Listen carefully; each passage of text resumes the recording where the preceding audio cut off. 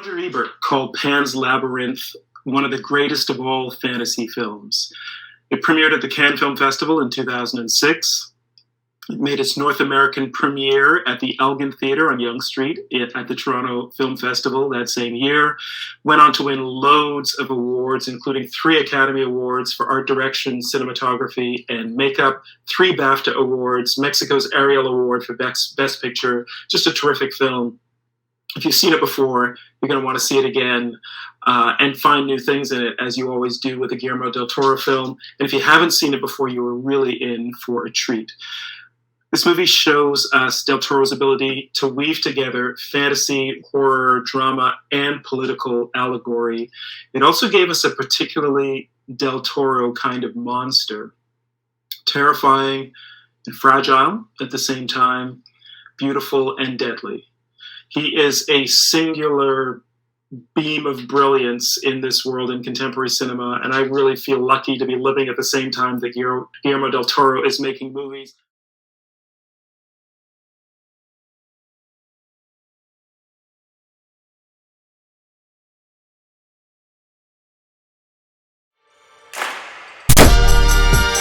Welcome to the show. My name is Patrick Smith. And yes, my face does look like it's been hit by a dump truck with all this stress acne. But hopefully you can't see that because I've cleverly lit this this set. But regardless, jokes out of the way, welcome yet again to Movie Club. I'm so delighted you decided to join us again for yet another screening. I'm your host and curator, Patrick Smith, and tonight we have our first ever, at least public, screening of a film that is in a foreign language. And we're really excited about this one because this is the 2007 horror, fantasy, sci-fi, Grimm's fairy tale film that is Guillermo del Toro's Pan's Labyrinth. My first interaction with del Toro's work was probably with his comic book film based on Mike Mignola's famous character, Hellboy. I love those 2 movies that he made with that character and with that universe. It's just so much fun to watch, and the incredible inventiveness and the care that he puts into the characters, I think, is just a ton of fun. But I didn't really get a feeling of del Toro's true body of work until I saw Crimson Peak when it came out in cinemas just a couple years ago. At that time, I didn't really know del Toro's work all that well, but I loved the gothic romance that was at the heart of the film.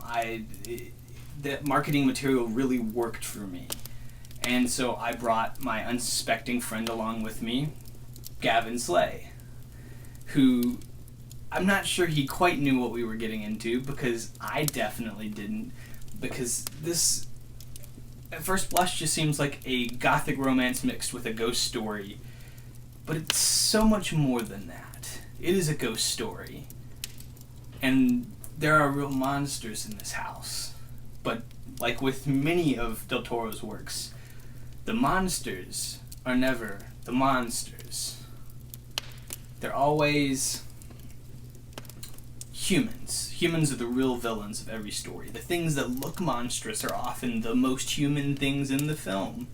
I mean, just think across the past couple works that he's done. Pan's Labyrinth has the Faun, who, I mean, it's tough to trust him, but he's not overtly a villainous character, and especially not nearly as villainous as Sergei Lopez's Captain Vidal in that film. And even looking forward, Hellboy, the titular character, looks monstrous, but once again is a very human character. A character that you grow to love and care for and appreciate his sarcastic wit. Because the real monsters aren't the demon hellspawn that is Hellboy, it is the Nazis. And in Crimson Peak, the real villains, once again, aren't the ghosts in the house. The ghosts are actually trying to warn our heroine. It's the people that are still living in that house that are the real monsters. this is never the twist, as Ian Danskin puts it in his video on Innuendo Studios' YouTube channel. It's just how monstrous the human villains can truly be. It is an incredible feat to watch that these villains end up becoming more monstrous and ugly and disturbing than any of the characters that are the typical monsters of these stories. It's clear that this is part of Del Toro's oeuvre, that he enjoys making films that poke holes in what we think is monstrous and asks us to ask deeper questions. Are the things that are alien and different really the things that we should be afraid of? Or should we be afraid of people who look like ourselves but do horrific things? Pan's Labyrinth really starts this journey really well. Though The Devil's Backbone is prior to this film, Pan's Labyrinth is where he kind of seals his formula and figures out how to tell these stories in the future. Because every story after this is a female protagonist.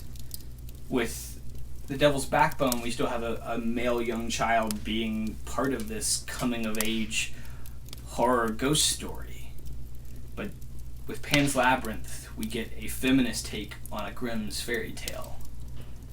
And that's just part of what makes this film so fascinating, as it blends fact and fiction, fantasy and reality, and then leaves you with a complicated answer that both are real. Or at least, even if the fantasy world isn't what we would consider real, it's real to the kid.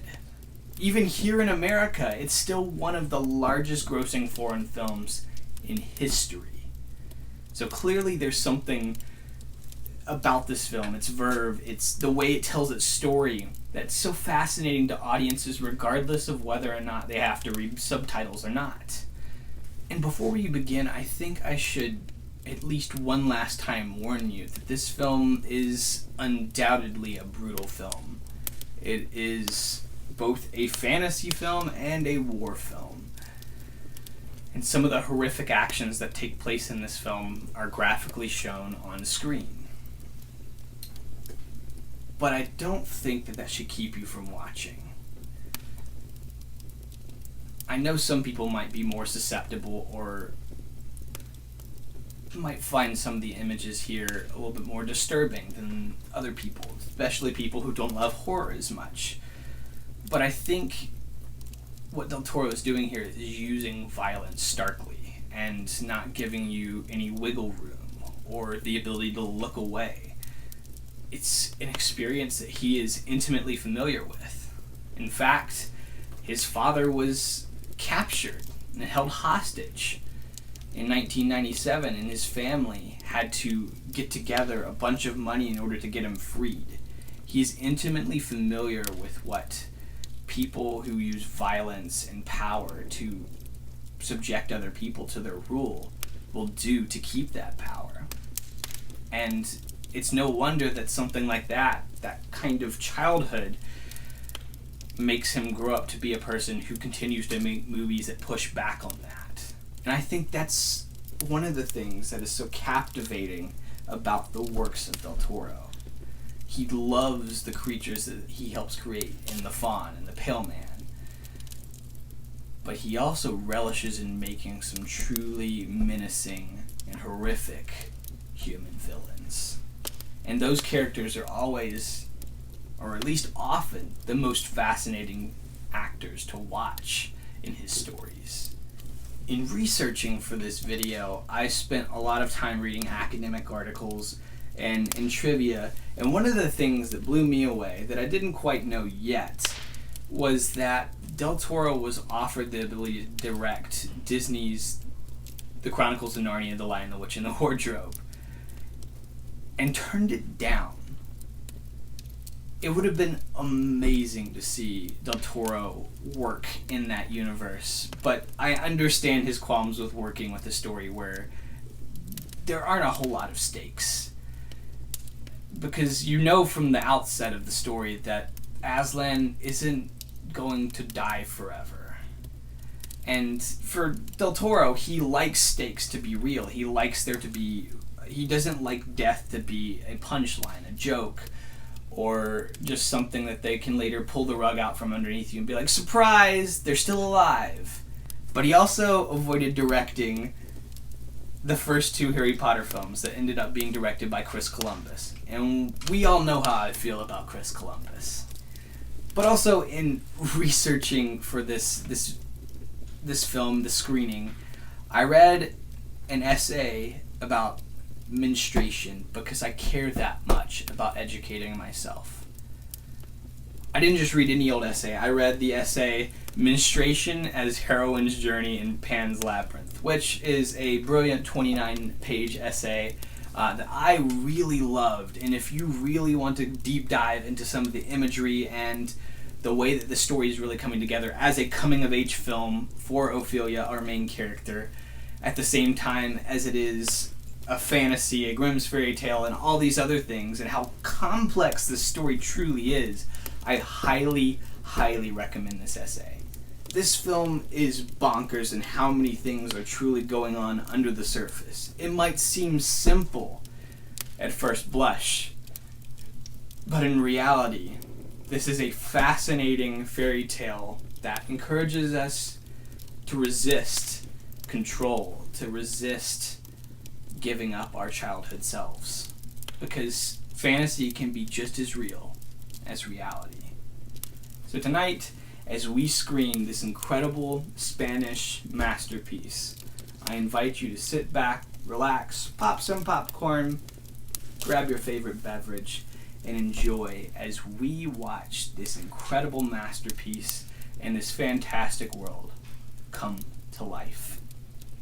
Be prepared, be scared, but be ready to be entertained as we scream the 2007 sci-fi horror fantasy Grimm's fairy tale that is Guillermo del Toro's Pan's Labyrinth.